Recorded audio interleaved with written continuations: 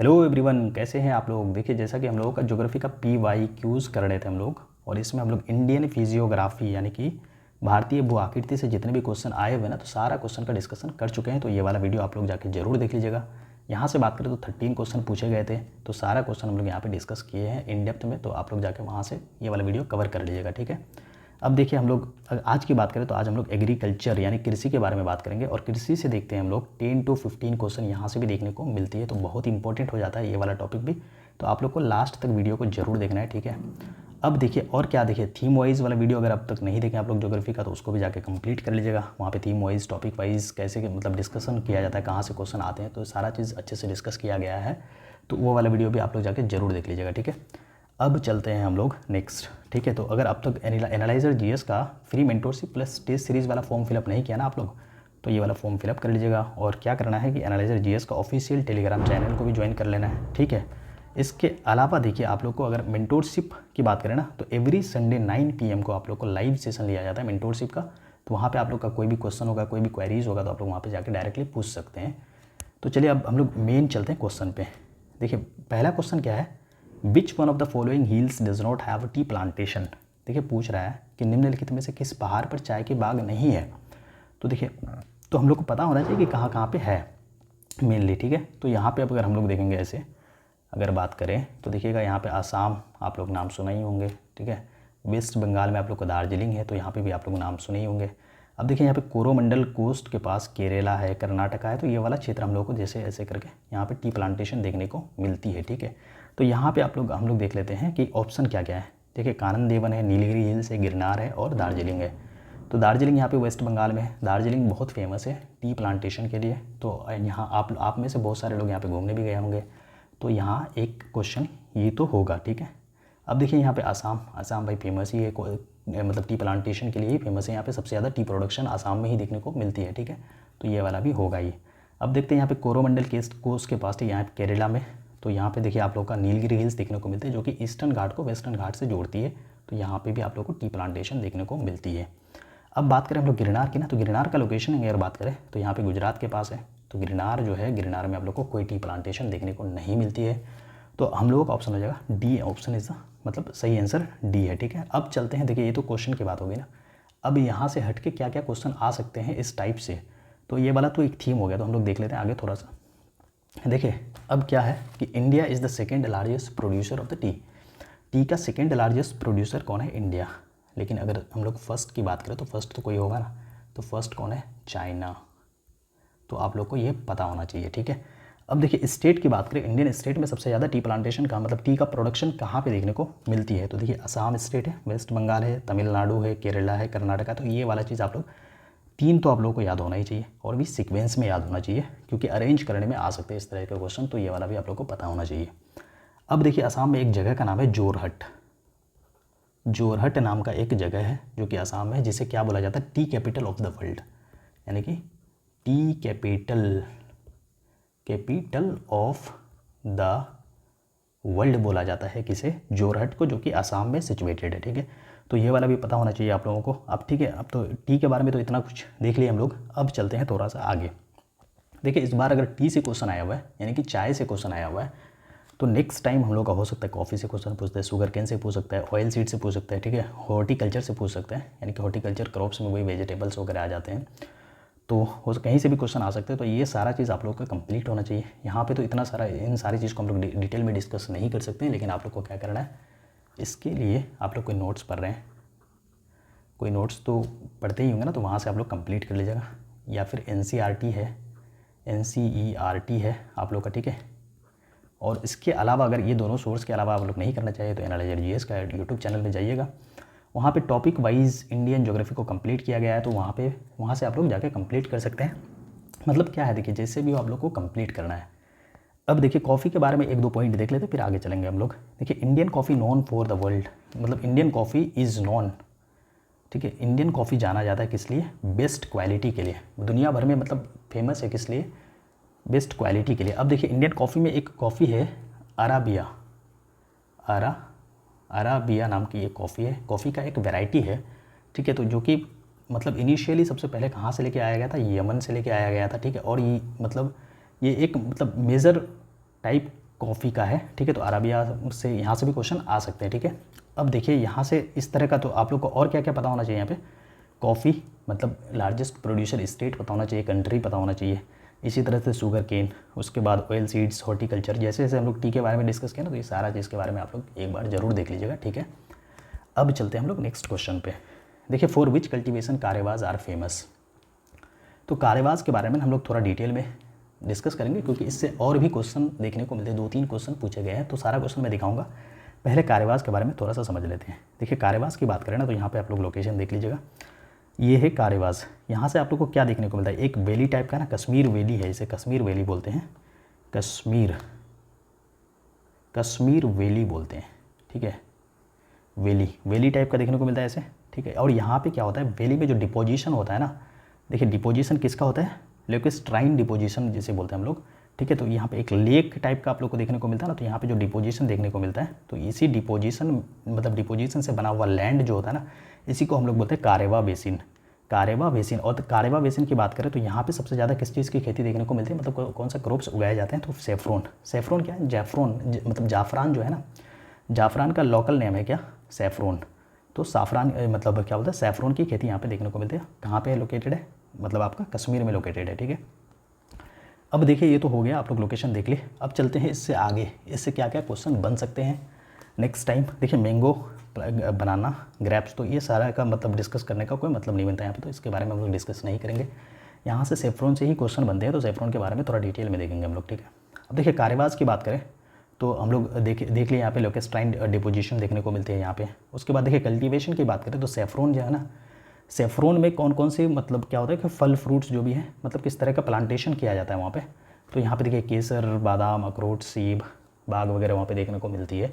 तो ये सारा चीज़ वहाँ पे मेजर कहाँ पे देखिए आप लोग, कश्मीर में ये सारा चीज़ का प्रोडक्शन होता है। क्यों, क्योंकि वहाँ पे कारेवाज टाइप का मतलब क्या होता है ना कि ज़मीन यहाँ पे लैंड देखने को मिलती है, किस तरह का कारेवा डिपोजिशन देखने को, कारेवाज का डिपोजिशन देखने को मिलती है। इसी वजह से वहाँ पे ये सारा चीज़ का कल्टीवेशन देखने को मिलती है आप लोगों को, ठीक है। अब देखिए सेफ्रॉन की बात करें ना, तो सेफ्रॉन के 3 टाइप्स होते हैं, एक लच्छा केसर, ठीक है, मंगोरा केसर और गुच्छी केसर, 3 टाइप्स का मेजर ये होता है, केसर होता है। तो इसको भी आप लोग को याद रखना है, ठीक है। इसी को हम लोग बोलते हैं जाफरान। अब देखिए कश्मीर जो है ना, कश्मीर का जो सेफ्रॉन होता है इसे GI टैग स्टेटस मिला हुआ है।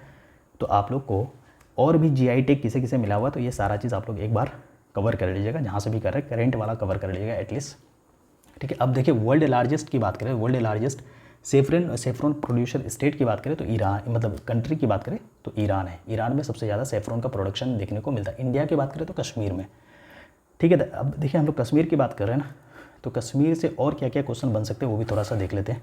कश्मीर में ही हम लोग को देखने को मिलती है, कश्मीर में हम लोग को क्या देखने को मिलती है, ऊलर लेक, यानी कि largest fresh water lake in India कहाँ पे देखने को मिलती है, कश्मीर में देखने को मिलता है। और क्या, डल झील भी क्या है, एक फ्रेश वाटर लेक है, यानी कि झील है। तो ये भी कश्मीर में देखने को मिलती है, ठीक है। उसके बाद हम लोग को साल्ट लेक भी यहाँ पे देखने को मिलती है, साल्ट लेक देखने को मिलती है। साल्ट लेक में आप लोगों का क्या हो जाएगा, पेंगोंग TSO। उसके बाद आप लोगों को देखने को मोरीरी देखने को मिलती है। तो ये सारा 2 साल्ट लेक भी है। और उसके बाद largest fresh water lake Wular lake, उसके बाद डल झील, ये सारा चीज़ आप लोग को कश्मीर में ही देखने को मिलती है, ठीक है। अब देखिए कश्मीर लोकेटेड कहाँ पे, तो कभी कभी क्वेश्चन यहाँ से भी आ जाते हैं। तो झेलम रिवर के ऊपर लोकेटेड है, ठीक है। और यहाँ से क्या क्या क्वेश्चन और बन सकते हैं, तो जोजिला पास, बनिहाल पास यहाँ पे देखने को मिलते हैं। जोजिला, आप लोग नाम सुने ही होंगे, जोजिला पास वगैरह देखने को मिलती है यहाँ से, ठीक है। तो ये सारा चीज़ मैं आप लोगों को मतलब इन्फॉर्मेशन के तौर पे बता रहा हूँ, तो आप लोग मतलब ताकि आप लोग एक बार गो थ्रू हो जाए इससे। अगर आप पहले पढ़े हुए तो होंगे ही आप लोग, तो ये सारा चीज़ आप लोग को थोड़ा रिवाइज हो जाए, इसी वजह से मैं तो थोड़ा सा ये सारा चीज़ बता देता हूँ, ठीक है। और यहाँ पे बहुत सारा ना फेमस क्या होता है ना कि वो देखने को मिलता है, जगह देखने को मिलती है, जैसे वैष्णो देवी, अमरकंटक, चरारे शरीफ वगैरह देखने को मिलते हैं यहीं पे, ठीक है। तो कश्मीर इसी वजह से देखिएगा कि बहुत सारे लोग कश्मीर विजिट करते हैं, घूमने जाते हैं, क्योंकि वहाँ पे बहुत सुंदर मतलब क्या बोलते हैं ना कि वादियाँ देखने को मिलती है, हिमालयाज़ वगैरह बहुत अच्छे देखने को मिलती है वहाँ पे।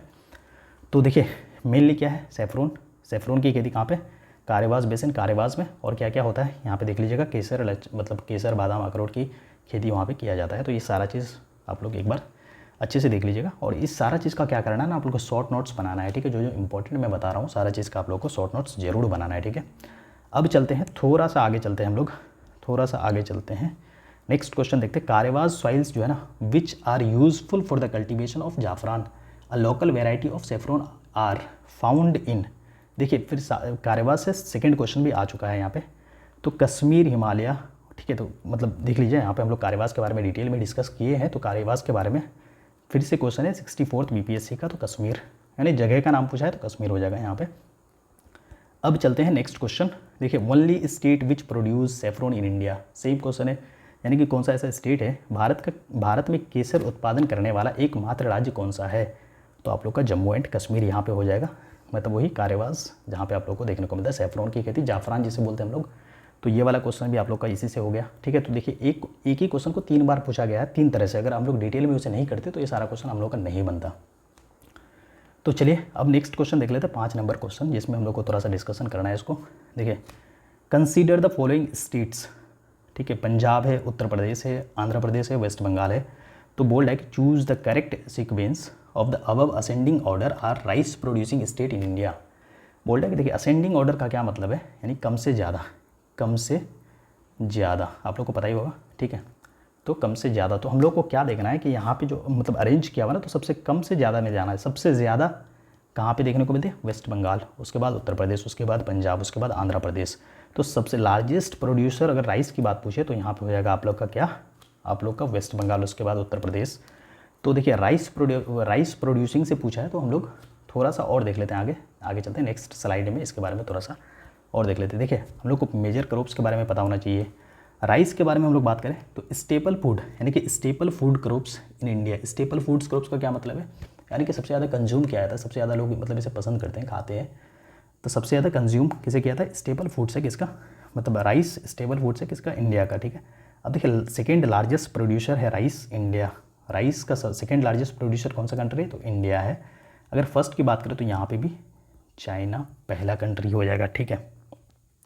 अब देखते हैं ये खरीफ क्रॉप है, खरीफ क्रॉप से, ठीक है। तो उसके अलावा और देखिए वीट, इसी तरह से हम लोग को राइस के बारे में जैसे हम लोग डिस्कस किया ना, तो कौन सा स्टेट में सबसे ज़्यादा होता है, कौन सा मतलब कंट्री में सबसे ज़्यादा होता है, ठीक है। तो उसी तरह से आप लोग को क्या करना है, वीट के बारे में देखना है। वीट जो क्या है, सेकेंड मोस्ट, ठीक है, इंपॉर्टेंट सीरियल क्रॉप्स, यानी कि सबसे ज़्यादा हम लोग बात करें खाने वाला, मतलब सेकेंड मोस्ट स्टेपल फूड भी बोल सकते हैं हम लोग इसे।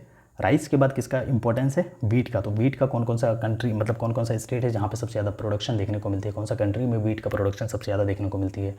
तो ये सारा चीज़ आप लोग कवर कर लीजिएगा, ठीक है। उसके बाद मिलेट्स का हो जाएगा, पल्सेस का हो जाएगा। तो ये सारा चीज़ अगर इस बार हम लोग को राइस से पूछा गया है क्वेश्चन, तो देखिए नेक्स्ट टाइम हो सकता है कि आप लोग को वीट से आ जाए, मिलेट से आ जाए, पल्सेस से आ जाए। तो ये सारा चीज़ आप लोग कवर कर लीजिएगा, ठीक है। अब चलते हैं हम लोग नेक्स्ट क्वेश्चन क्या है, देखिए which one of the following is a pathway to increase productivity in agriculture. देखिए ये क्वेश्चन थोड़ा सा इंपॉर्टेंट है।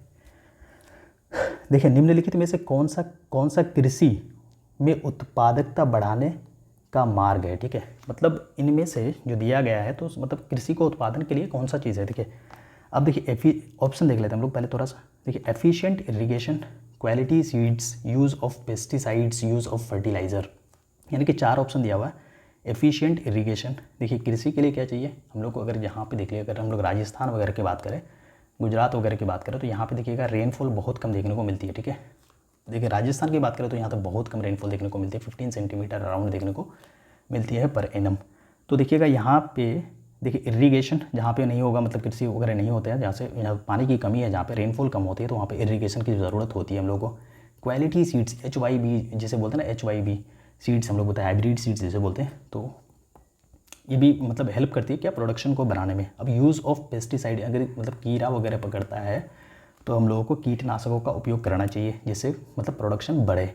और यूज़ ऑफ फर्टिलाइज़र, उर्वरकों का मतलब खाद वगैरह का जो मतलब हम लोग यूज़ करते हैं ना, तो किस लिए करते हैं, प्रोडक्शन को बढ़ाने के लिए। तो ये सारा चीज़, ये सारा जो कंपोनेंट दिया हुआ है, तो ये सारा कंपोनेंट किसका है, ग्रीन, आप लोग नाम सुने ही होंगे, ग्रीन रेवोल्यूशन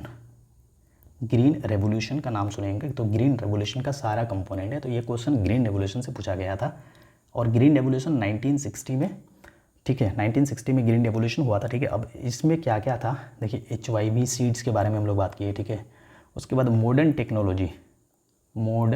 टेक्नोलॉजी जिसमें मशीनरीज वगैरह आ जाएंगे, ठीक है। उसके बाद टेक्नोलॉजी नया नया देखने को मिल जाएगा आप लोगों को, ठीक है। उसके बाद हम लोग को इरिगेशन देखने को मिलती है, इरिगेशन के बारे में बात कर चुके हैं हम लोग। पेस्टिसाइड, उसके बाद फर्टिलाइज़र, ये सारा चीज़ देखने को मिलती है, ठीक है। तो ये सारा चीज़ आप लोग ग्रीन रेवोल्यूशन के बारे में देख लिए। अब चलते हैं, तो अगर देखिए ग्रीन रेवोल्यूशन को ना, देखिए ग्रीन रेवोल्यूशन को हम लोग इसे थोड़ा सा इरेज करते हैं क्योंकि और थोड़ा सा स्पेस चाहिए हम लोगों को।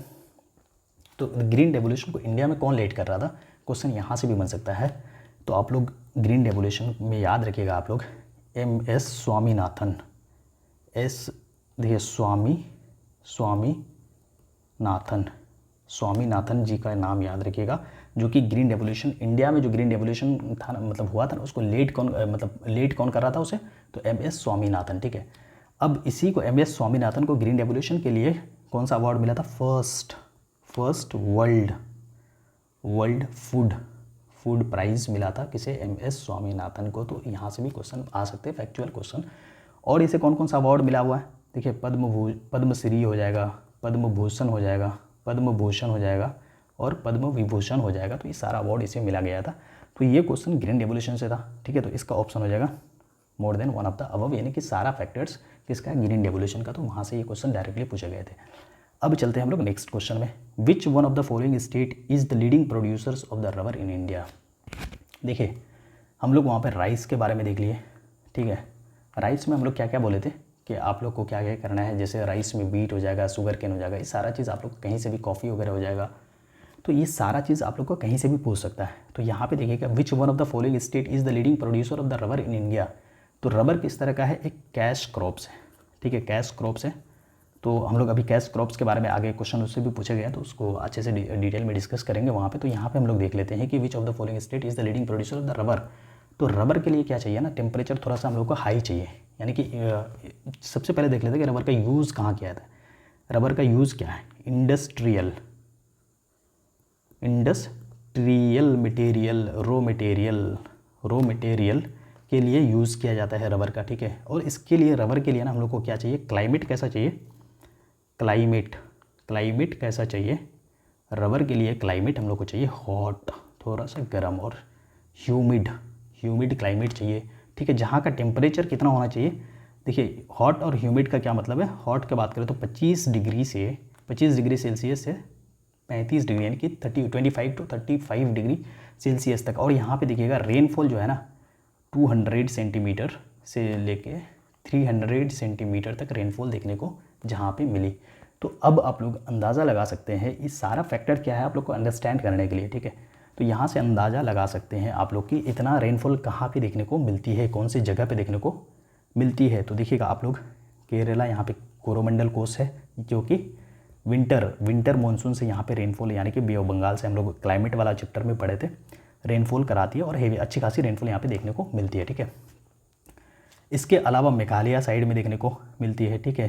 अंडमान निकोबार में अच्छी खासी रेनफॉल देखने को मिलती है, ठीक है। केरल में देखने को, केरल तो यहाँ पे बात कर लिए हम लोग, तमिलनाडु, कर्नाटका, ये सारा चीज़ में जहाँ पे रेनफॉल और अच्छी खासी मतलब हॉट टेम्परेचर, ह्यूमिड टेम्परेचर यहाँ पे देखने को मिलती है। तो प्लांटेशन देखिए टी यहीं पे उगाए जाते हैं, ठीक है। उसके बाद हम लोग देखेंगे रबर, तो रबर ऐसी मतलब जहाँ पे क्लाइमेट इस तरह का हो, तो क्लाइमेट से आप लोग आइडिया लगा सकते हैं।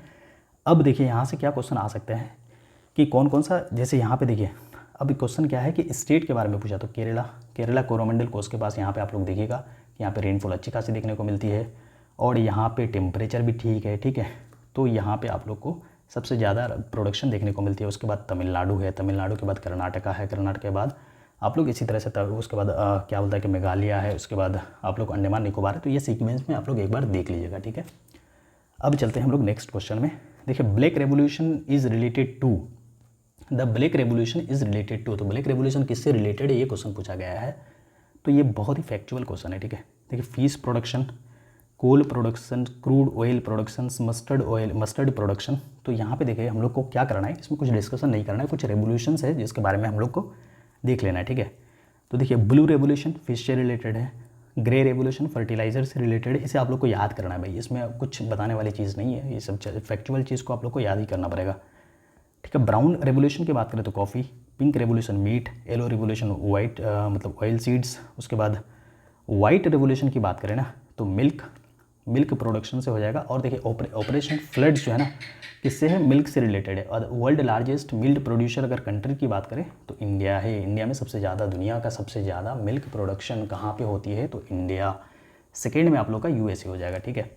अब देखिए यहाँ पे मैं आप लोगों को दो चीज़ें बता देता हूँ कि गोल्ड रेवोल्यूशन, ठीक है, प्लस सिल्वर रेवोल्यूशन किसे कहते हैं। ये दोनों क्वेश्चन आप लोगों को क्या करना है, कमेंट करना है, ठीक है।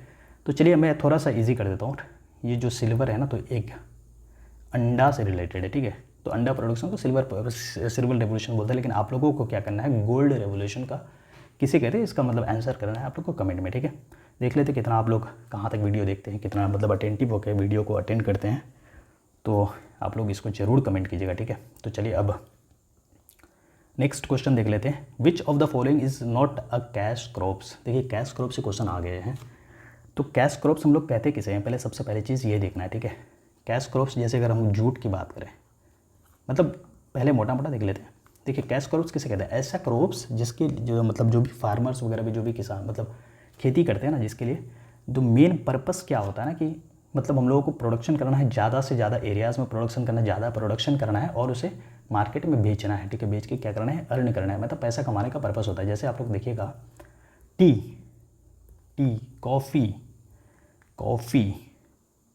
कॉफ़ी हो जाएगा, ठीक है, जूट हो जाएगा, कॉटन हो जाएगा, बहुत सारा है। तो आप लोग मेन ये सारा चीज़ मतलब कोई कंजम्पशन के लिए तो नहीं लगाता भाई, इसको मेन पर्पस होता है कि इसको मतलब पैदा करना है और इसको क्या करना है, मार्केट में बेच के पैसा कमाना है। तो बड़े स्केल में सबका खेती किया जाता है। तो ये सारा चीज़ आप लोग का क्या हो जाएगा, मतलब क्या हो जाएगा कि कैश क्रॉप्स में आ जाएगा। तो यहाँ पे क्या है कि क्या क्वेश्चन पूछेगा निम्नलिखित में से, तो आप लोग को कैश क्रॉप्स, ठीक है, फूड क्रॉप्स, ये सारा चीज़ के बारे में डिफरेंस पता होना चाहिए। कैसे आप लोग को अगर पढ़े होंगे तो देखिए फूड क्रॉप्स किसे बोलते हैं हम लोग, जैसे हो जाएगा राइस, वीट। ऐसा नहीं है कि ये कैश क्रॉप्स नहीं है, इसे भी बेचा जाता है, ठीक है। इसे भी बड़े स्केल में मतलब इसका प्रोडक्शन करके इसे भी बेचा जा सकता है मार्केट में। लेकिन अगर ओनली कैश क्रॉप्स की बात करें तो कैश क्रॉप्स फूड क्रॉप्स नहीं हो सकता, फूड क्रॉप्स दोनों हो सकता है, cash crops plus food crops. तो ये लॉजिकल बात है, आप लोग देख लीजिएगा। अब चलते हैं हम लोग इसमें से ऑप्शन की बात कर रहा है ना, तो देखिए हम लोग jute, groundnut, sugarcane की बात करें तो ये तीनों कैश क्रॉप्स है। अगर ज्वार की बात करें तो ज्वार देखिएगा क्या है, एक मिलेट्स है, मिलेट्स टाइप ऑफ मिलेट्स है, ज्वार जैसे रागी वगैरह है, तो उसी में है। तो ये हो जाएगा आपका आंसर, सही आंसर यही हो जाएगा। तो अब देख लेते हैं थोड़ा सा इसके बारे में। कैश क्रॉप्स के बारे में बात करें ना, those commercial crops which are produce by the farmers mainly to earn money. देखिए वही चीज़ हम लोग अभी बताया पीछे, तो वही चीज़ यहाँ पे लिखा हुआ है।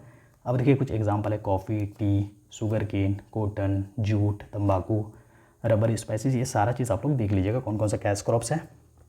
अब देखिए फूड क्रॉप्स की बात करें ना तो मेनली सीरियल्स और पल्सेस जैसे राइट, बीस, कॉर्न, मिलेट्स, ज्वार, बाजरा, रागी, ये सारा आप लोग का फूड क्रॉप्स में आ जाएगा। तो आप लोग क्रॉप्स में ये सारा चीज़ भी क्लियर कर लीजिएगा, ठीक है। अब चलते हैं हम लोग नेक्स्ट क्वेश्चन में। देखिए which one among the following states of India is called the sugar ball. किसे बोला जाता है, शुगर बॉल ऑफ इंडिया। तो देखिए भारत के निम्नलिखित राज्यों में से किसे चीनी का कटोरा कहा जाता है। तो देखिए हम लोग को पहले देखना है कि प्रोडक्शन सबसे ज़्यादा चीनी का कहाँ पे देखने को मिलती है। तो इंडियन स्टेट की बात करें तो उत्तर प्रदेश, महाराष्ट्र में देखने को मिलती है, सबसे ज़्यादा उत्तर प्रदेश में देखने को मिलती है। अब कुछ फैक्ट यहाँ से हम लोग को निकालना है, तो फैक्ट हम लोग देख लेते हैं थोड़ा सा। यहाँ पे देखिए लार्जेस्ट शुगर प्रोड्यूसर स्टेट्स की बात करें ना हम लोग, तो उत्तर प्रदेश आ जाएगा यहाँ पे, उत्तर प्रदेश, महाराष्ट्र। तो इसी वजह से देखिए उत्तर प्रदेश में सबसे ज़्यादा मतलब शुगर का प्रोडक्शन देखने को मिलता है। तो इसी वजह से बोलते हैं हम लोग इसे बोलते हैं क्या, शुगर बॉल। किसे बोलते हैं, शुगर बॉल किसे बोलते हैं हम लोग, उत्तर प्रदेश को बोलते हैं, ठीक है, उत्तर प्रदेश को बोलते हैं। उसके बाद सेकंड लार्जेस्ट प्रोड्यूसर अगर की बात करें शुगर का तो महाराष्ट्र हम लोग बात कर चुके हैं। अब देखिए हम लोग एक क्वेश्चन यहाँ से भूल जाते हैं, घुमा के कैसे क्वेश्चन पूछा जाता है। देखिए नेक्स्ट टाइम हो सकता है कि आप लोगों को पूछ दे कि प्रोडक्टिविटी वाइज सबसे ज़्यादा शुगर प्रोडक्शन मतलब कहाँ पे देखने को मिलता है, प्रोडक्टिविटी वाइज यानी कि एरिया वाइज। मान लेते हैं अगर यहाँ पे हम लोगों के पास 1 एकड़ ज़मीन है, ठीक है, तो यहाँ पे अगर शुगर की बात करें ना तो उत्तर प्रदेश में अगर इसमें 100 क्विंटल होता है, यानी कि 100 क्विंटल होता है, ठीक है, यानी 100 टन होते हैं। तो वही चीज़ उतना ही ज़मीन में हम लोग अगर उतना ही ज़मीन में अगर तमिलनाडु में पैदावार करें तो यहाँ पे 500 टन हो जाएगा वही चीज़। तो प्रोडक्टिविटी वाइज की बात करें तो तमिलनाडु फर्स्ट स्टेट है इंडिया का जहाँ पे सबसे ज़्यादा प्रोडक्टिविटी वाइज शुगर मतलब पैदा किया जाता है, ठीक है। अब देखिए ये तो हो गया क्वेश्चन यहाँ से। अब देखिए लार्जेस्ट शुगर प्रोड्यूसर कंट्री की बात करें तो ब्राज़ील में सबसे ज़्यादा है, उसके बाद इंडिया में है। अब sugar ball in the world की बात करें तो क्यूबा एक कंट्री जहाँ पे सबसे मतलब उसे बोला जाता है sugar ball of the world. India का बात करें तो यूपी, ठीक है। अगर प्रोडक्टिविटी वाइज अगर हम लोग देखें स्टेट में तो हम लोग का तमिलनाडु हो जाएगा। तो ये सारा चीज़ फैक्चुअल चीज़ है, ये सारा चीज़ आप लोग को याद कर लेना है, ठीक है। तो यहाँ से क्वेश्चन ये बन सकते हैं, ठीक है। अब चलते हैं नेक्स्ट क्वेश्चन में। Which of the following statements is true about the sugar industry in India, ठीक है। तो ये स्टेटमेंट दिया हुआ कुछ, तो स्टेटमेंट देख लेते हैं। सेम क्वेश्चन है भाई, देखिए शुगर से क्वेश्चन यहाँ पे भी पूछा गया है, यहाँ पे भी क्वेश्चन पूछा गया। तो देखिए आप लोग एक ही थीम पे कितने बार क्वेश्चन पूछे गए हैं, ठीक है। 10 क्वेश्चन में 2 3 4 तो रिपीट हो रहा है। तो आप लोग देख सकते हैं PYQs का कितना इंपॉर्टेंस है। देखिए उत्तर प्रदेश हैज़ इमर्ज्ड, यानी कि देख लेते हम लोग उत्तर प्रदेश देश में अग्रणी चीनी उत्पादक के रूप में उभरा हुआ है, यानी कि सबसे ज़्यादा उत्तर प्रदेश में, यानी कि उत्तर प्रदेश लीडिंग प्रोड्यूसर है किसका, चीनी का, यानी कि शुगर का। तो ये स्टेटमेंट सही लग रहा है, हम लोग अभी डिस्कस किए। अब महाराष्ट्र सेकेंड है, हम लोग अभी डिस्कस किए, ठीक है। It is a weight losing industry.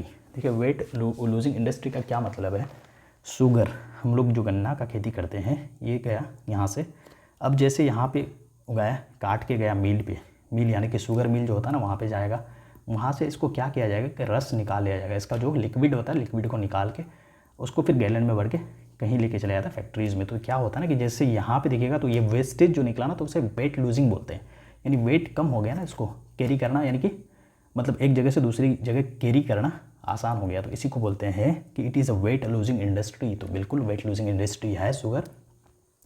तो इसका आंसर हो जाएगा more than one of the above, ठीक है। तो ये वही सेम ही क्वेश्चन था, इसमें कुछ था नहीं, स्टेटमेंट वाइज था, ठीक है। अब देखते consider the following crops, cotton है, ग्राउंडनट है, राइस है, व्हीट है। तो ये वाला क्वेश्चन जो है ना UPSC का 2013 का क्वेश्चन है। तो ये वाला क्वेश्चन मैं क्यों ले आऊँ, देखिए भाई आप लोग को देखिए which of these are the kharif crops, ठीक है। इसमें से कौन सा खरीफ क्रॉप्स है। तो आप लोग को क्या है ना कि मैं ये बताना चाह रहा हूँ, खरीफ क्रॉप्स, रबी क्रॉप्स, जैद क्रॉप्स, ये 3 टाइप्स ऑफ मेजर क्रॉप्स है इंडिया का।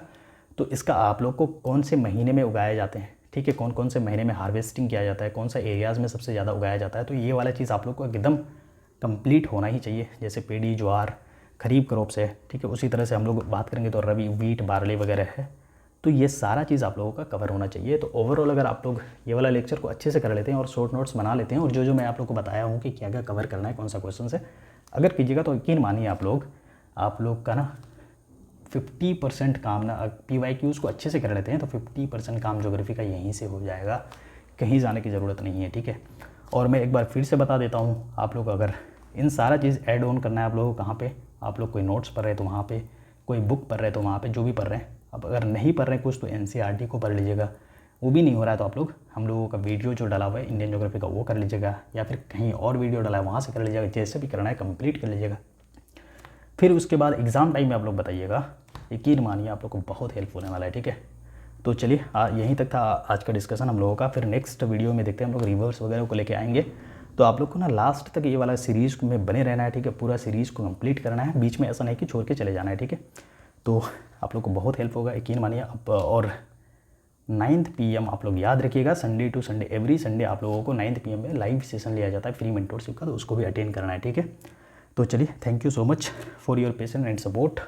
ऐसे ही मतलब कंटिन्यू बने रहिएगा हमारे साथ। Thank you.